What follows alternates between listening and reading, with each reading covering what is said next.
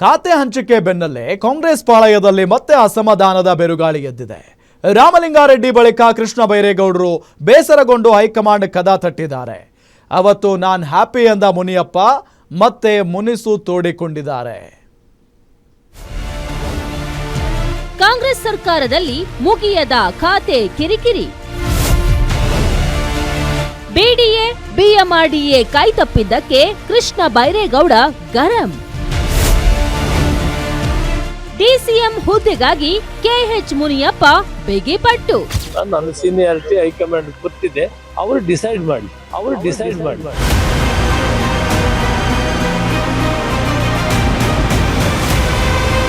ಬೆಂಗಳೂರು ನಗರಾಭಿವೃದ್ಧಿ ಇಲಾಖೆಗೆ ಸಚಿವ ಕೃಷ್ಣ ಬೈರೇಗೌಡ ಅವರನ್ನ ನೇಮಿಸಿರುವಂತಹ ಕಾಂಗ್ರೆಸ್ ಸರ್ಕಾರ ಬಿಡಿಎ ಹಾಗೂ ಬಿಎಂಆರ್ಡಿಎ ಸಂಸ್ಥೆಗಳನ್ನ ಇಲಾಖೆಯ ವ್ಯಾಪ್ತಿಯಿಂದ ಹೊರಗಿಟ್ಟಿರುವುದು ಹೊಸ ರಾಜಕೀಯ ಚರ್ಚೆಗೆ ಕಾರಣವಾಗಿದೆ. ಬಿಡಿಎ ಮತ್ತು ಬಿಎಂಆರ್ಡಿಎ ಇಲ್ಲದೆ ಬೆಂಗಳೂರು ನಗರಾಭಿವೃದ್ಧಿ ಖಾತೆ ಅಪೂರ್ಣವಾಗುತ್ತದೆ ಎಂದು ಕೃಷ್ಣ ಬೈರೇಗೌಡ ತೀವ್ರ ಅಸಮಾಧಾನ ಹೊರಹಾಕಿದ್ದಾರೆ. ಈ ಸಂಬಂಧ ಈಗಾಗಲೇ ರಾಜ್ಯ ಕಾಂಗ್ರೆಸ್ ಉಸ್ತುವಾರಿ ರಣದೀಪ್ ಸಿಂಗ್ ಸುರ್ಜೇವಾಲಾ ಅವರ ಬಳಿ ಅಳಲು ತೋಡಿಕೊಂಡಿರುವ ಅವರು ಈಗ ಎಐಸಿಸಿ ಅಧ್ಯಕ್ಷರನ್ನ ಭೇಟಿಯಾಗಿ ಮನವಿ ಮಾಡಲು ದೆಹಲಿಗೆ ಪ್ರಯಾಣ ಬೆಳೆಸಿದ್ದಾರೆ. ಇತ್ತ ಹಿರಿಯ ಮುಖಂಡ ಸೂರಜ್ ಹೆಗಡೆ ವಿಧಿವಶರಾದ ಹಿನ್ನೆಲೆಯಲ್ಲಿ ರಾಜ್ಯಕ್ಕೆ ಎಐಸಿಸಿ ನಾಯಕ ರಾಹುಲ್ ಗಾಂಧಿ ಆಗಮಿಸಿದ್ರು.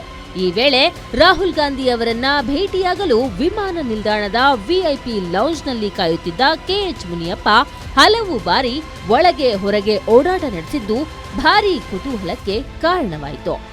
ಸಿಎಂ ಸಿದ್ದರಾಮಯ್ಯ ಹಾಗೂ ಉಪಮುಖ್ಯಮಂತ್ರಿ ಡಿಕೆ ಶಿವಕುಮಾರ್ ಅವರೊಂದಿಗೆ ಚರ್ಚೆ ನಡೆಸಿದ ಬಳಿಕವೂ ಮುನಿಯಪ್ಪ ಮತ್ತೆ ಲಾಂಜ್ಗೆ ತೆರಳಿ ಮಾತುಕತೆ ಮುಂದುವರೆಸಿದ್ದು ರಾಜಕೀಯ ವಲಯದಲ್ಲಿ ಹಲವು ಪ್ರಶ್ನೆಗಳನ್ನ ಹುಟ್ಟುಹಾಕಿದೆ.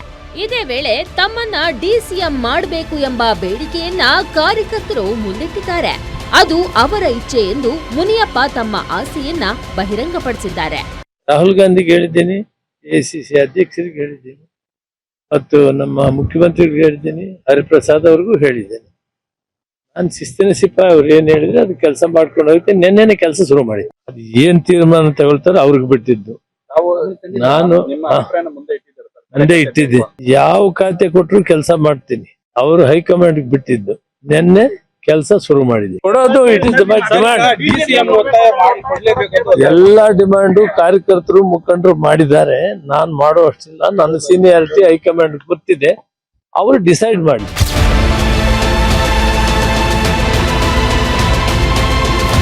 ಒಟ್ಟಿನಲ್ಲಿ ಸಚಿವ ಸಂಪುಟದ ಖಾತೆ ಹಂಚಿಕೆ ವಿಚಾರದಲ್ಲಿ ಕಾಂಗ್ರೆಸ್ ಸರ್ಕಾರದೊಳಗೆ ಅಸಮಾಧಾನದ ಹೊಗೆ ಇನ್ನೂ ಆರಿಲ್ಲ.